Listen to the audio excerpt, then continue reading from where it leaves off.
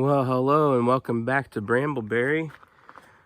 Last night we noticed it was getting a little chilly in the camper because our gas ran out, as in our propane ran out.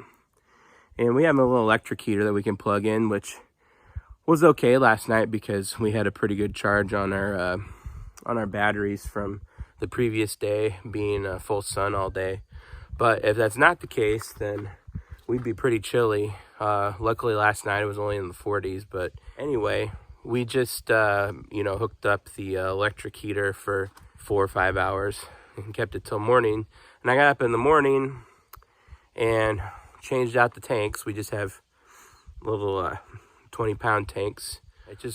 I wasn't getting any propane through. I was like, what is going on here? So I came out and checked them. Sometimes if you turn them on too fast, the little safety mechanism engages and cuts it off because it thinks there's a leak. So I turned it off, waited a little bit, turned it back on, still nothing. And then I'm hearing like a little hissing sound, and it turns out one of the hoses was leaking. So I couldn't use the propane until I got that fixed. But I've got since got a new hose and put on, and I'm going to show you that. But I've got a little bit better of a setup here that I think is going to work better for us long term. So our camper has set up here with this regulator that has a switch. You can switch back and forth, and it's automatic. So if it runs out on one and you have the other one on, it'll switch over to that one. Well, I don't know if you noticed, but this one here looks rather new. That's the one that was leaking right here. And these things, you pull them on and off all the time, and they get, moved around, and they have to turn that sharp corner. So that just happens. So I got a spare one now in case that happens again. We'll be ready for it. If you'll notice, this tank is not hooked up at the moment. It's got stuff in it. It's just a spare tank for now. But I got a hose here, a longer hose that runs up here. It hooks up to this 100-pound tank.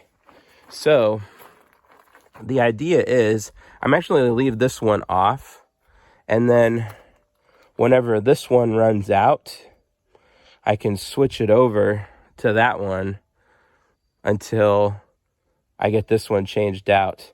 So then if this one, I can move that one over, and just, we've got several of these, little tanks.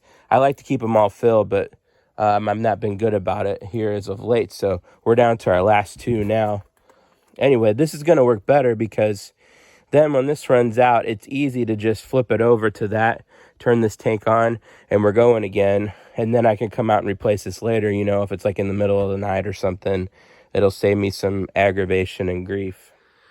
So that's about all I have for that video. Just kind of wanted to show you our little propane setup we got up here, and I'm hoping it's going to work out better for us.